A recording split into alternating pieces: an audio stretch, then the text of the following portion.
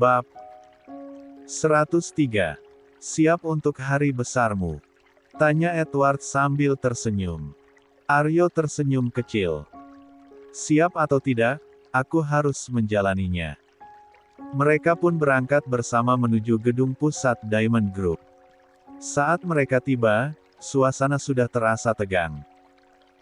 Beberapa karyawan yang melihat Aryo berbisik-bisik di antara mereka, sementara para petinggi perusahaan sudah duduk di ruang rapat, menunggu pengumuman besar. Ketika Aryo masuk ke dalam ruangan, Pak Bambang sudah berdiri di depan, didampingi oleh beberapa eksekutif senior. Semua mata tertuju pada mereka. Pak Bambang menatap sekeliling, lalu berdehem sebelum berbicara, "Terima kasih telah datang hari ini." 23. Seperti yang sudah saya informasikan sebelumnya, saya telah memutuskan untuk mengundurkan diri dari posisi CEO dan menyerahkan kepemimpinan kepada putra saya, Aryo Hermawan. Beberapa investor tampak terkejut, sementara beberapa dewan direksi saling berbisik. Salah satu dari mereka, seorang pria tua dengan kacamata tebal, mengangkat tangan. "Pak Bambang, apakah ini keputusan yang sudah dipertimbangkan matang-matang? Tuan Aryo memang putra Anda, tapi apakah dia sudah siap memimpin perusahaan sebesar ini?" Seorang investor yang duduk di barisan depan mengangkat tangan dan bertanya dengan nada tajam, "Kenapa bukan Ryujin saja yang menjadi CEO di perusahaan ini? Dia sudah lama berada di Diamond Group dan lebih memahami jalannya perusahaan." Ruangan seketika sunyi. Beberapa dewan direksi saling berpandangan, menunggu jawaban. Sebelum Pak Bambang sempat berbicara, Ryujin, yang sejak tadi duduk tenang di salah satu kursi eksekutif, tiba-tiba berdiri. Lah mengenakan setelan abu-abu yang rapi, dengan ekspresi tenang namun penuh ketegasan di wajahnya. "Maafkan saya," kata Ryujin, suaranya terdengar tenang namun cukup jelas untuk didengar semua orang di ruangan itu. "Tapi hari ini saya ingin mengumumkan pengunduran diri saya dari Diamond Group." Beberapa orang tampak terkejut, dan bisik-bisik langsung terdengar di antara para petinggi perusahaan. "Saya telah memutuskan untuk fokus pada bisnis baru saya," lanjutnya, lalu mengedarkan pandangan ke seluruh ruangan. "Terima kasih kepada para dewan direksi, rekan-rekan, dan semua pihak yang telah mendukung serta membantu saya selama saya bekerja di sini. Saya sangat menghargai waktu dan pengalaman yang saya dapatkan di Diamond Group, tapi ini saatnya bagi saya untuk membangun bisnis saya sendiri."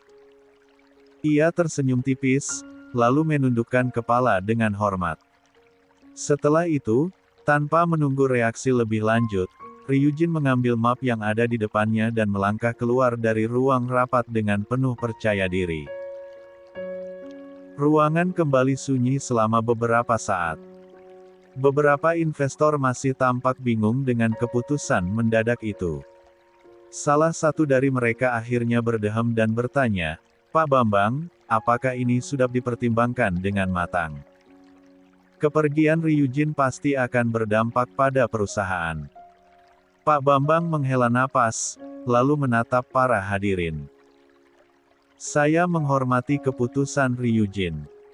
Dia telah memberikan kontribusi besar bagi Diamond Group, dan kita harus mendoakan kesuksesan untuk bisnis barunya. Namun, keputusan untuk menjadikan Aryo sebagai CEO tetap akan berjalan seperti yang direncanakan." Beberapa dewan direksi masih tampak mempertimbangkan situasi, tetapi dengan tidak adanya pilihan lain, akhirnya mereka menerima keputusan tersebut.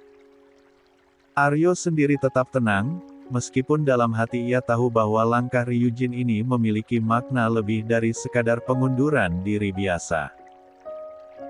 Ini bukan hanya tentang bisnis, ada sesuatu yang lebih besar yang sedang terjadi di balik layar. Sebelum Pak Bambang berbicara lagi, Aryo mengambil langkah maju untuk mengambil alih rapat. "Saya memahami kekhawatiran Anda," katanya dengan suara tenang namun tegas. "Namun, Saya bukan orang asing dalam bisnis ini. Saya sudah belajar langsung dari ayah saya selama bertahun-tahun dan saya sendiri sudah membuktikan kemampuan saya sebagai CEO di perusahaan Hermawan Group yang ada di Indonesia. Bisa dicek sendiri lewat internet, bagaimana perusahaan itu berkembang di tangan saya. Beberapa eksekutif tampak mengangguk, meskipun masih ada keraguan di wajah mereka. Pak Bambang menatap Aryo, lalu kembali berbicara, "Saya percaya Aryo mampu membawa perusahaan ini ke arah yang lebih baik. Dan sebagai bukti keyadewi saya akan tetap berada di sisi Aryo sebagai penasihat sampai transisi ini berjalan lancar." Seorang investor lain, pria parubaya dengan jas abu-abu, ikut angkat bicara. "Jika memang ini keputusan 24 final, maka kami berharap Aryo bisa membuktikan dirinya dalam waktu dekat. Kami akan menunggu langkah konkret yang menunjukkan bahwa dia layak memimpin." Aryo menatap pria itu dengan percaya diri. "Saya tidak akan mengecewakan Anda semua." Setelah beberapa pertimbangan dan diskusi, akhirnya keputusan diresmikan. Aryo Mahendra kini secara resmi menjadi CEO baru Diamond Group. Saat pertemuan berakhir dan para petinggi mulai meninggalkan ruangan, Edward mendekat dan menepuk bahunya. "Selamat, Brother. Sekarang permainan sesungguhnya dimulai." Aryo tersenyum tipis. "Ya, dan aku tidak akan membiarkan mereka menang." 25. Setelah rapat selesai, Pak Bambang mengantar Aryo menuju ruang kerjanya, ditemani oleh Edward. Mereka berjalan menyusuri lorong-lorong kantor yang megah, hingga akhirnya tiba di depan sebuah pintu besar berlapis kayu mahal. "Silakan masuk," ujar Pak Bambang sambil membuka pintu dan mempersilakan Aryo melangkah masuk lebih dulu. Ruang kerja CEO itu begitu luas dan mewah. Interiornya didominasi warna gelap dengan sentuhan emas di beberapa sudut. Karpet tebal menutupi hampir seluruh lantai, sementara jendela besar di sisi ruangan memperlihatkan pemandangan kota yang sibuk. Sebuah meja besar dari kayu mahoni terletak di tengah, dihiasi dengan beberapa dokumen yang telah disusun rapi. Aryo berdiri di ambang pintu, menatap sekeliling dengan ekspresi datar. Baginya, ruangan ini terlalu mencerminkan kekuasaan dan status, sesuatu yang sebenarnya tidak begitu dia pedulikan. "Aryo, ini ruang kerja barumu. Bagaimana menurutmu? Apa kamu suka?" tanya Pak Bambang dengan nada penuh harap. Aryo menghela napas pelan sebelum menjawab, "Jujur saja, saya tidak begitu suka konsepnya, Pak. Tapi tidak apa-apa, saya bisa merenovasinya nanti agar lebih sesuai dengan selera saya." Pak Bambang tertawa kecil.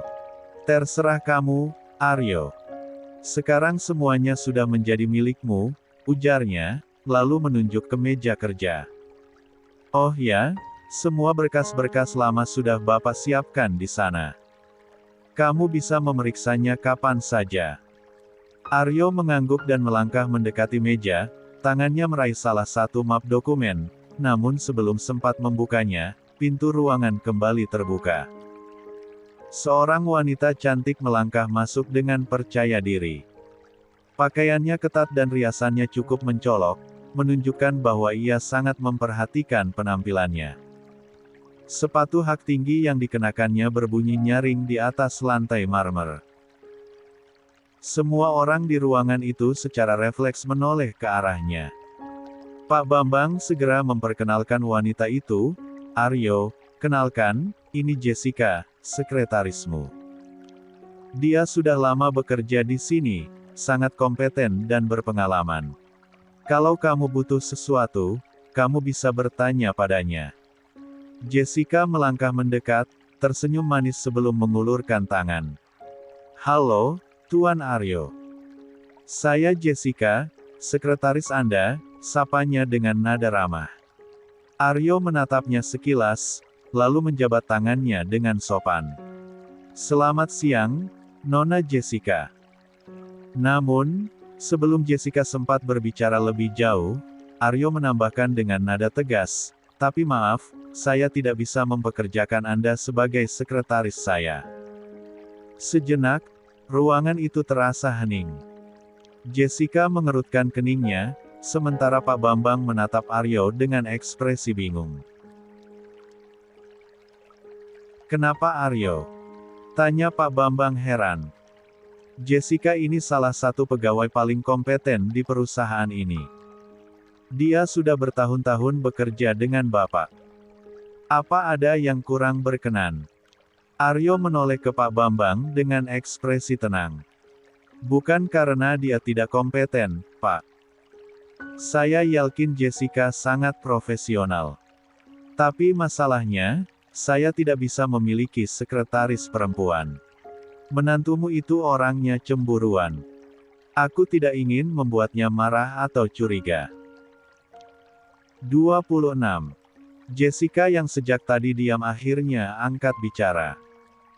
Matanya berkedip beberapa kali, seolah tidak percaya dengan alasan yang diberikan Aryo.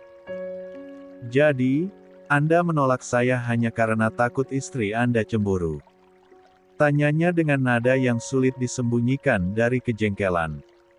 "Bukan menolak Anda secara pribadi, Nona Jessica," jawab Aryo dengan nada tetap tenang. "Saya hanya memilih sesuatu yang lebih nyaman bagi saya dan keluarga saya. Saya terbiasa mempunyai sekretaris laki-laki." Jessica menahan napasnya, berusaha menyembunyikan rasa kesal yang mulai menguasainya. Dalam hati, ia merasa tidak dihargai. Ia sudah bertahun-tahun bekerja keras di perusahaan ini, namun sekarang ditolak begitu saja hanya karena alasan yang menurutnya tidak masuk akal. Lebih dari itu, ada sesuatu dalam diri Aryo yang membuatnya terpesona sejak pertama kali melihatnya, dan kini pria itu justru menolaknya tanpa alasan profesional. Pak Bambang tampak berpikir sejenak sebelum akhirnya menghela napas panjang. "Baiklah, Aryo. Kalau itu keputusanmu, Bapak akan mencari sekretaris laki-laki untukmu."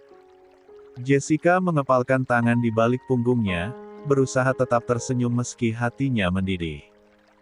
Ia tidak akan melupakan ini. Setelah menolak Jessica, Aryo menoleh ke arah Edward. "Tidak usah, Pak. Aku sudah mencari sekretaris sendiri. Panggil temanmu, Ed," ucapnya dengan tenang.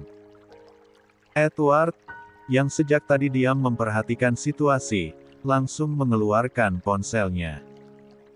"Baiklah," jawabnya sebelum menekan nomor Felix, temannya yang sudah menunggu di lobi. Tak lama kemudian, pintu ruang kerja kembali terbuka. Seorang pria berusia 30-an melangkah masuk dengan percaya diri. Posturnya tegap, wajahnya tegas, dan sorot matanya tajam, namun dia mempublikasikan senyum yang ramah. Ia mengenakan setelan rapi dengan kemeja biru muda yang sedikit terbuka di bagian atas. "Selamat pagi semua," sapanya santai. Edward langsung memperkenalkan Felix kepada Aryo. "Aryo, ini Felix teman lamaku. Felix, ini Aryo, CEO baru di sini dan calon bosmu." Pak Bambang menahan ekspresinya agar tetap tenang, tetapi dalam hatinya, kemarahannya sudah mendidih. Begitu juga dengan Jessica. Rencana mereka untuk menjadikan Jessica sebagai sekretaris Aryo kini berantakan. Pak Bambang sebenarnya sudah mengatur semuanya. Jessica bukan hanya sekretaris biasa, dia adalah tunangan dari Ryujin, dan keberadaannya di posisi itu akan sangat menguntungkan bagi mereka. Dengan Jessica sebagai sekretaris, ia bisa mengontrol informasi yang masuk ke Aryo dan memastikan bahwa semua rahasia perusahaan tetap tersembunyi, terutama penyimpangan dana yang pernah mereka lakukan. Namun, kini Aryo telah memilih orang lain. Pak Bambang menarik napas dalam dan berusaha tersenyum, meski terasa pahit. Aryo, sebaiknya kamu pikirkan kembali saran Bapak. Jessica lebih mengenal seluruh seluk-beluk perusahaan ini. Dia sudah terbiasa menangani klien-klien besar dan tahu bagaimana sistem kerja di sini. Kalau kamu mencari sekretaris baru, bagaimana nantinya kamu akan menangani klien? Apakah kamu yakin sekretaris barumu bisa melakukannya sebaik Jessica? Nada suaranya terdengar tenang, tetapi ada tekanan tersembunyi di baliknya. 27. Felix, yang sejak tadi hanya tersenyum, akhirnya angkat bicara. Perkenalkan, sebelumnya nama saya Felix McLaren. Jessica sedikit terkejut mendengar nama itu. Ia menatap Felix dengan ekspresi bingung, seolah nama tersebut tidak asing baginya. Felix melanjutkan dengan percaya diri, "Saya adalah anak dari Robert McLaren, pemilik perusahaan McLaren. Saya sudah berpengalaman menjadi sekretaris di sana, jadi saya yakin bisa dengan cepat belajar dan beradaptasi dengan perusahaan ini." Jessica mengepalkan tangannya di balik punggungnya. Ia berusaha tetap tersenyum, tetapi jelas terlihat ketidaksukaannya. Namun, alih-alih protes, ia justru berkata dengan nada profesional, "Kalau begitu, saya akan mengantarkan Anda ke ruangan Anda dan memberitahu apa saja pekerjaan yang perlu Anda kerjakan dalam beberapa hari ini." La menoleh ke arah Aryo. "Lusa, saya akan mengajukan surat pengunduran diri." Tanpa menunggu jawaban, Jessica melangkah keluar dari ruangan, diikuti Felix. Pak Bambang hanya bisa terdiam. Ia berusaha menutupi kegelisahannya, tetapi ekspresi wajahnya sedikit tegang. Aryo menatapnya dengan tenang sebelum berkata, "Maafkan aku, Pak. Bukan maksudku sewenang-wenang terhadap karyawan Bapak, tapi aku punya cara sendiri untuk mengatur perusahaan ini." Kata-katanya pelan, tetapi menusuk. Pak Bambang terpaksa tersenyum, meskipun terasa berat. "Baiklah, Aryo. Kalau begitu, Bapak pamit pulang dulu. Selamat bekerja," ucapnya sebelum berbalik dan berjalan menuju pintu. Namun, sebelum sempat keluar, Aryo tiba-tiba berkata, "Tunggu, Pak."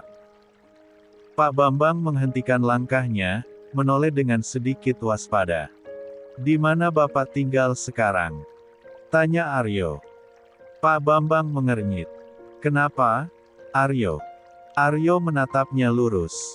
"Bapak tinggal di apartemen, kan?" Pak Bambang mengangguk pelan.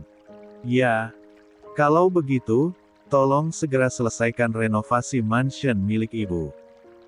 Minggu depan, aku harap sudah selesai direnovasi. Aku berencana mengajak Ibu, Dewi, dan Saka ke sini. Jadi, kita semua bisa tinggal di mansion bersama, menjadi keluarga utuh seperti pada umumnya." Pak Bambang menegang di tempatnya. Sekilas, wajahnya berubah tegang, tetapi ia cepat-cepat menguasai diri. Dengan suara yang dipaksakan terdengar normal, ia menjawab, "Baiklah. Akan Bapak usahakan." Ia lalu berjalan keluar dari ruangan, kali ini tanpa menoleh lagi. Begitu pintu tertutup, Edward yang sejak tadi memperhatikan dengan cermat menoleh ke Aryo. "Apa kamu melihat ekspresi terkejut dari bapakmu tadi? Sedikit mencurigakan, bukan?" Aryo mengangguk, matanya masih menatap pintu yang baru saja tertutup. "Iya, aku melihatnya." Edward menyandarkan tubuhnya ke meja kerja Aryo, tangannya terlipat di dada. "Kurasa ada sesuatu yang disembunyikan oleh Om Bambang. Reaksinya terlalu berlebihan untuk permintaan yang sederhana." Aryo menghela napas, lalu duduk di kursinya. Ia menatap berkas-berkas yang tersusun rapi di atas meja. 28. Dokumen-dokumen lama perusahaan yang baru saja diserahkan oleh Pak Bambang. "Aku juga berpikir begitu." Aku memang tidak terlalu dekat dengan Bapak sejak dulu, tapi aku tahu kalau dia tipe orang yang tenang dan pandai menyembunyikan ekspresinya, kecuali ada sesuatu yang mengancam dan membuatnya panik. Edward mengangguk setuju. Benar. Dan soal Jessica, aku masih merasa dia bukan sekadar sekretaris biasa. Aku yakin dia punya hubungan dengan Ryujin dan Pak Bambang. Aryo mengangkat alisnya. Kau berpikir begitu? Memang benar, Jessica adalah tunangan Ryujin. Dan aku tahu, kenapa Bapak ingin Jessica menjadi sekretarisku. Sepertinya kamu memang harus lebih berhati-hati Aryo. Bapakmu sepertinya masih berusaha menutupi sesuatu darimu, ucap Edward.